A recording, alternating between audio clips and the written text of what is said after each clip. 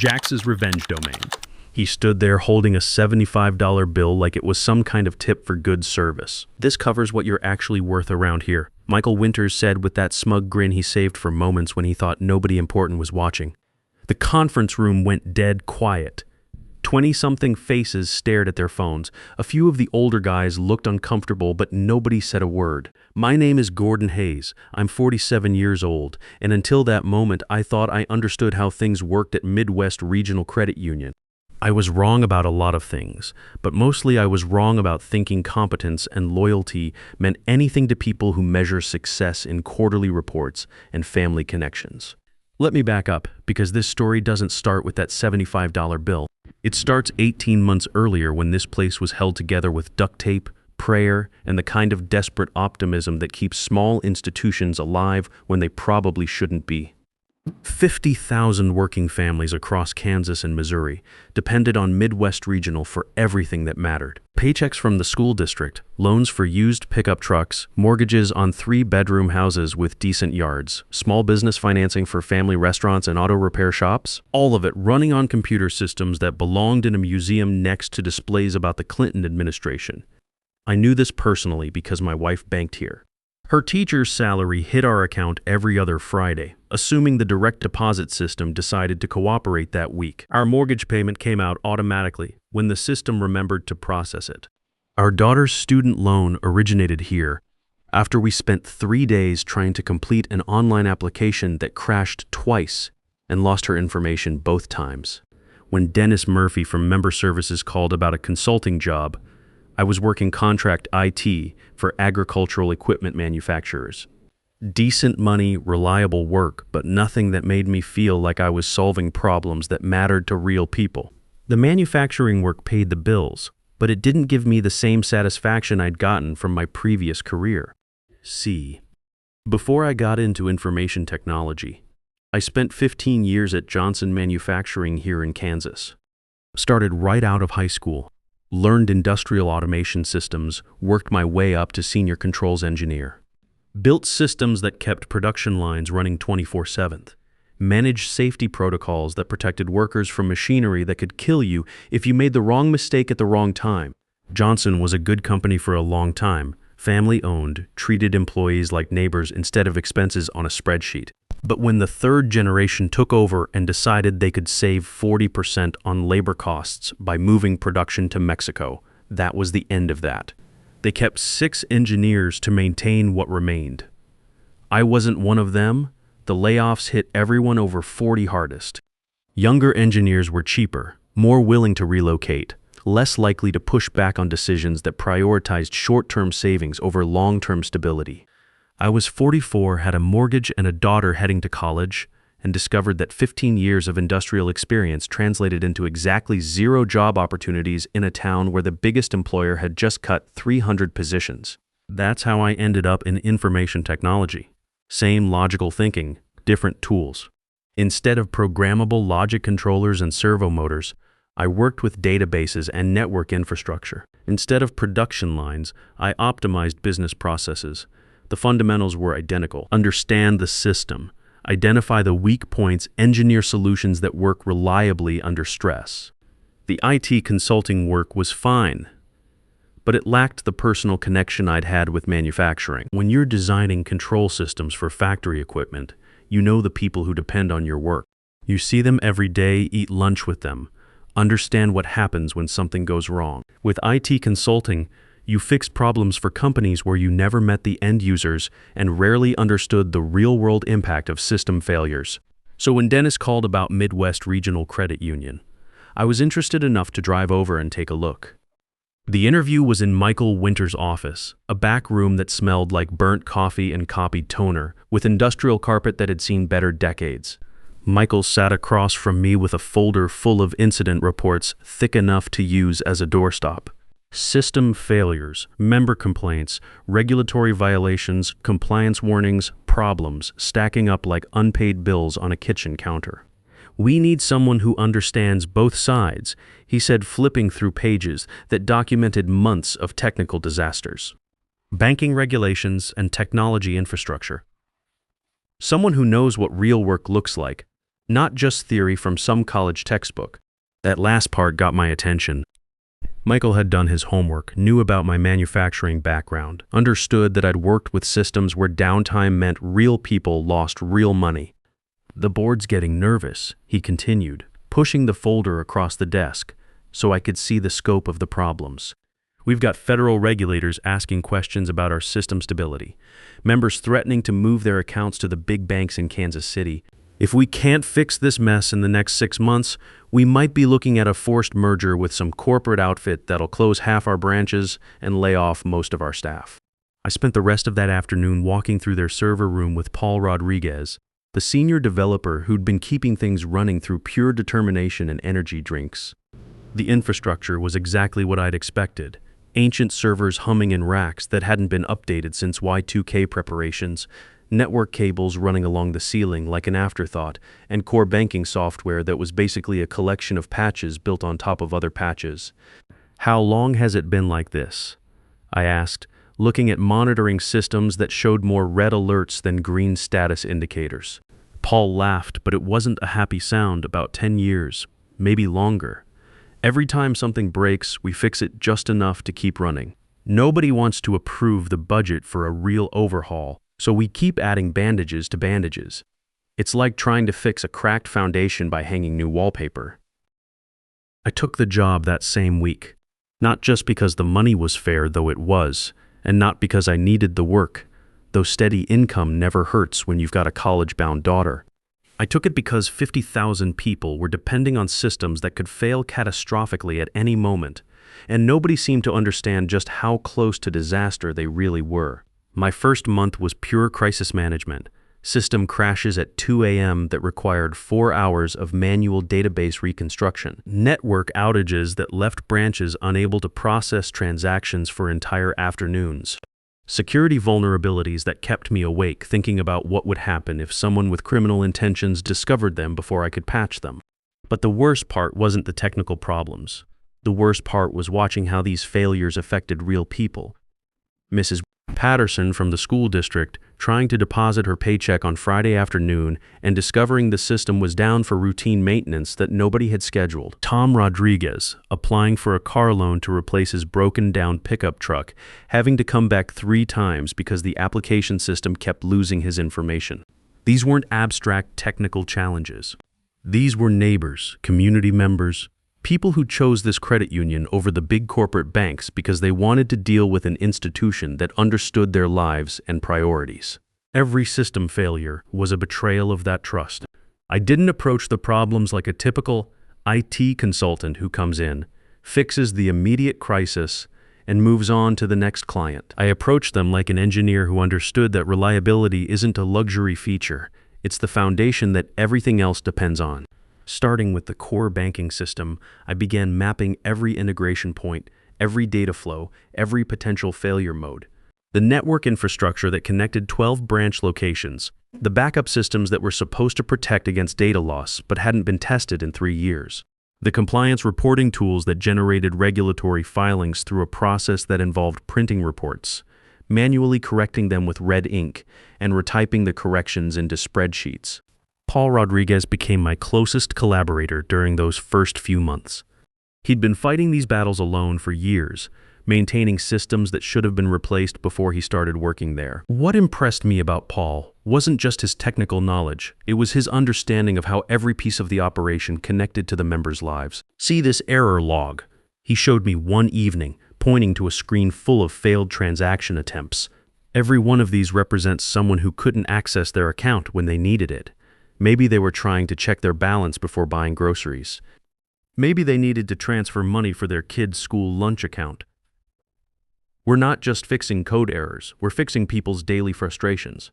I spent the next 6 months rebuilding everything from the ground up, not patching or upgrading, completely redesigning the architecture to eliminate single points of failure and automate the manual processes that consumed so much staff time and created so many opportunities for human error. The member account management system got rebuilt with real-time redundancy and automatic failover. Loan processing moved from a 3-day manual approval workflow to 30-minute automated decisions with proper risk assessment. Branch connectivity became resilient enough that a backhoe cutting the fiber optic cable to one location wouldn't affect the other 11. Most importantly, I built comprehensive monitoring and alerting systems so problems could be detected and resolved before members experienced service interruptions. No more discovering outages when members called to complain. No more emergency weekend repairs to fix problems that could have been prevented with proper system health monitoring. The transformation didn't happen overnight, but the results became visible within a few months. Members stopped experiencing the random service disruptions that had been a regular part of their banking experience. Branch employees could focus on helping people instead of apologizing for system problems and promising that technical issues would be resolved soon. The credit union's operational costs dropped significantly as manual workarounds were eliminated and automated processes reduced the staff time required for routine transactions.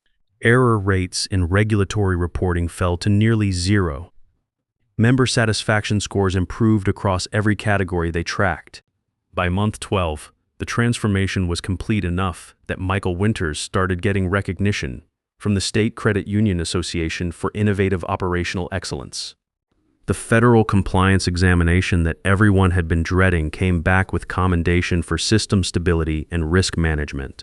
That's when the phone calls started coming. Other credit unions wanting to understand how Midwest Regional had achieved such dramatic improvements. Technology vendors trying to figure out what systems we were using so they could sell similar solutions to their clients. Members who had been considering switching to larger banks decided to stay, and some even moved additional accounts over from other institutions. Michael began including me in board presentations and strategic planning meetings, not just as a technical consultant, but as someone whose opinion mattered on operational decisions that affected the credit union's competitive position and long-term viability. "You saved this place," he told me after a particularly successful board meeting where we'd presented 18 months of operational improvements. "The regulators are happy, the members are loyal, and we're growing instead of shrinking. I don't know how we can ever properly thank you." That conversation happened on a Thursday afternoon in late autumn. By the following Tuesday, I'd discover exactly how Michael Winters defined proper thanks, and it wasn't what anyone would call generous. The first sign of change was Brandon Winters showing up at the monthly staff meeting. Michael's son, 32 years old, with an MBA from Northwestern and exactly zero experience in community banking. He'd been working in commercial real estate development in Chicago, which apparently qualified him to have strong opinions about how a small-town credit union should operate. Brandon walked into that meeting wearing a suit that cost more than Paul Rodriguez earned in a month, and immediately began talking about digital transformation initiatives and customer experience optimization like he'd discovered these concepts during his drive down from Chicago. "We need to think bigger," he announced to a room full of people who'd spent the past year thinking about nothing except keeping this institution viable. "This is about vision and strategic positioning, not just maintaining the status quo." I looked at the system monitoring dashboard mounted on the conference room wall. Uptime 99.97% over the past 90 days. Transaction processing, operating within normal parameters. No alerts, no warnings, no red indicators anywhere on the status display. Which specific areas are you looking to improve? I asked, genuinely curious about what problems he'd identified that the rest of us had missed. Brandon paused for just long enough to make it clear he didn't actually understand what any of the systems did or how they connected to each other. "The overall architecture. We can't stay in maintenance mode forever. The architecture is what's processing 15,000 payroll deposits every other Friday without a single failed transaction," I replied. "And 2,800 auto loan payments that posted this week with zero manual intervention required. If you want to make changes, we need to understand what problem we're trying to solve." His eyes flicked toward his father, looking for backup that wasn't coming. The room had gone quiet in that uncomfortable way that happens when someone realizes they're in over their head, but can't gracefully exit the conversation. "Let's not get bogged down in technical details," Brandon said finally. "We're talking about strategic direction here." After that meeting, small changes started happening around the credit union. I discovered planning sessions had occurred without anyone thinking to invite the person responsible for implementing whatever got decided. My regular system review meetings got postponed and never rescheduled. Decisions that affected core infrastructure began arriving in my email as FYI notifications after they'd already been finalized. Brandon started presenting my work to external audiences. He'd stand in front of slides I'd created, pointing to metrics I'd developed, and talk about operational excellence initiatives without mentioning that every number on those presentations represented something I'd designed, built, tested, and deployed. During one quarterly business review with the State Credit Union Association, I watched him present a case study about transformational leadership in community banking using a PowerPoint deck that was basically a summary of my 18-month project plan with different fonts and his name in the corner where mine used to be. 3 weeks later, Dennis Murphy stopped by my desk with the kind of expression that meant he was delivering news he didn't want to share. "They took you off the executive briefing distribution," he said quietly. "Brandon's going to be handling all technology reporting from now on." Did Michael approve that change? Dennis shrugged uncomfortably. The email came from his office, but Brandon's signature was on it. That evening, I went home and did something I probably should have done months earlier. I pulled out the contracts I'd signed when I started this project and read through them carefully, paying attention to sections that had seemed like standard legal boilerplate at the time. See, I hadn't structured this engagement as a traditional employment relationship. I'd learned from the Johnson manufacturing experience that being someone's employee means they own your work product and can dispose of your services whenever it's convenient for them. Instead, I'd set up Hayes Technical Solutions as an independent consulting firm and licensed the software platform I'd built to Midwest Regional Credit Union. The licensing agreement included standard protections for both parties, but there was one clause that I'd insisted on based on previous experience with clients who wanted to keep the benefits of my work while eliminating the ongoing relationship. Section 7.2 specified what happened if the credit union attempted to replace the designated technical lead, me, without proper transition planning and mutual agreement. In that case, the software licensing could be suspended pending resolution of the unauthorized change in operational oversight. I'd included that protection because I'd been burned before, not by malicious intent, but by organizations that didn't understand the difference between owning software and maintaining software. They'd assume that once the initial implementation was complete, any competent IT person could handle ongoing operations and development. But the platform I'd built for Midwest Regional wasn't just a collection of programs that could be maintained by anyone with basic technical skills. It was an integrated architecture that required deep understanding of both the business requirements and the technical implementation details. The compliance monitoring, risk assessment algorithms, and automated reconciliation processes weren't documented in any manual that could be handed to a replacement consultant. 2 weeks later, Michael Winters called an all-hands meeting for the entire credit union staff. The main conference room was packed with employees from every branch, plus board members participating by speakerphone, a banner hung behind the podium. Midwest Regional Credit Union, serving our community for 45 years. Michael started with the usual quarterly updates about membership growth and loan portfolio performance. All positive numbers, most of them directly attributable to the operational improvements that had made the credit union more competitive and more reliable than the alternatives. Then he transitioned to what he called exciting developments in our leadership structure. As we look toward the future, he said, "This organization needs leadership that combines our traditional community values with innovative thinking about the evolving financial services landscape." I'm pleased to announce that Brandon Winters will be taking over all technology and operations oversight, effective immediately. The room erupted in polite applause. Brandon stepped up to the microphone, looking like he'd been practicing this moment in front of a mirror. "I want to recognize Gordon Hayes for his excellent technical work over the past 18 months, he said, glancing briefly in my direction. "But going forward, this organization needs strategic vision, not just technical maintenance." More applause, though I noticed some of the longer-tenured staff members looked uncomfortable. Paul Rodriguez was studying his hands like they contained important information. Dennis Murphy caught my eye from across the room and shook his head almost imperceptibly. After the meeting ended and people began drifting toward the coffee and sheet cake setup, Michael Winters approached me near the back of the room. He had the relaxed demeanor of someone who just completed an unpleasant but necessary task. "Gordon," he said, "I hope you understand this isn't personal. You did outstanding work getting us stabilized.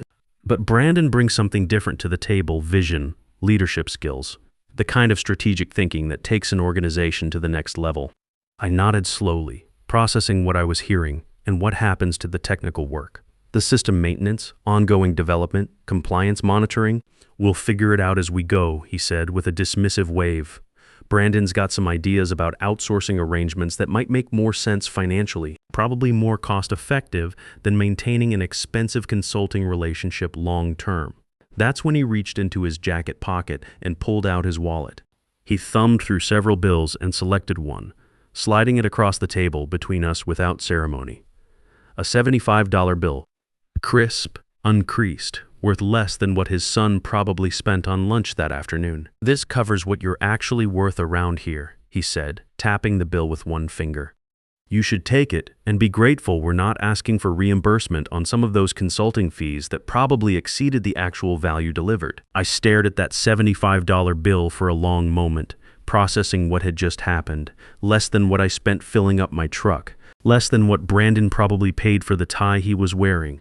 A deliberate insult designed to make me understand exactly how little Michael Winters thought of the work that had saved his institution. I picked up the bill, folded it once, and slipped it into my shirt pocket. "Thank you," I said quietly. Michael looked almost disappointed, like he'd expected me to argue or make a scene that would justify his decision to the staff members who were still within earshot. That's it. I walked out of that building, got in my truck, and drove home through the Kansas countryside I'd grown up in. Past family farms that had banked with Midwest Regional for generations, past small businesses that depended on the credit union for operating capital, past houses where neighbors lived who'd chosen this institution because it understood their values and priorities. My wife was in the kitchen when I got home, grading papers from her third-grade class. I told her what had happened while she marked spelling tests and math assignments. "What are you going to do?" she asked, looking up from a worksheet covered in red ink corrections. "I'm going to honor the contract I signed," I said. That night, I opened my laptop and logged into the Hayes Technical Solutions Management Portal, the system that controlled licensing and access for Midwest Regional Credit Union's entire banking platform. My platform, my code, my architecture that had transformed their operation from disaster-prone to industry-leading. The status dashboard showed everything running normally. License, active, renewable in 30 days. Support contract, active through the following year. Operational oversight, Hayes Technical Solutions. Designated technical lead, Gordon Hayes. 3 configuration options were available to me as the licensing administrator. Maintain current status. Initiate transition to new provider with proper documentation and training, or suspend operations pending resolution of unauthorized oversight changes. According to Section 7.2 of our agreement, Midwest Regional Credit Union had materially altered my operational oversight without mutual consent, proper transition planning, or technical documentation transfer. That triggered specific protective measures designed to prevent system disruption during unauthorized management changes. At 11:47 p.m., I selected the third option. A confirmation dialog appeared. Credit union license will be suspended at 9 a.m. local time unless transition agreement is executed. System will operate in safe mode with read-only access to prevent data corruption. Recommend immediate notification of affected parties. I clicked confirm and closed the laptop. The next morning at 9:03, my phone started ringing. Michael Winters sounding breathless and panicked. "Gordon, we've got a serious problem here. The system's not responding normally. Payroll deposits are stuck in processing queues. Members can't complete transactions through online banking. Branch terminals are showing error messages. What did you do?" "The system's responding perfectly," I said, pouring coffee and settling into my kitchen chair. "It's operating in safe mode pending resolution of the unauthorized management transition you announced yesterday." "What the hell does that mean?" "It means your license to use the software has been suspended under Section 7.2 of our agreement. The platform is running and your data is completely safe, but it won't process new transactions or updates until we resolve the oversight issue. You can't just shut us down." I didn't shut anything down. The platform detected an unauthorized change in operational control and automatically engaged protective protocols. Historical data is intact. Compliance reporting continues. Members can check account balances. You just can't process deposits, withdrawals, loan payments, or any other new transactions. By 10:30, the credit union's lobby was full of members who couldn't deposit paychecks, transfer money between accounts, or access online banking services. The phone system was overwhelmed with calls from people trying to understand why their direct deposits weren't showing up, and why the ATM network was displaying temporarily unavailable messages. Brandon called me at 11:15, his voice tight with controlled rage. "This is sabotage. You're destroying the credit union because you're bitter about losing your consulting contract." "I didn't lose anything," I replied calmly. "You announced you were replacing me without following the procedures outlined in our legal agreement. That triggered automatic protective measures to prevent system disruption during unauthorized transitions. We'll rebuild everything without you. We'll hire a real IT firm that understands customer service. How's that working out so far?" The silence on the other end lasted long enough that I wondered if he'd hung up.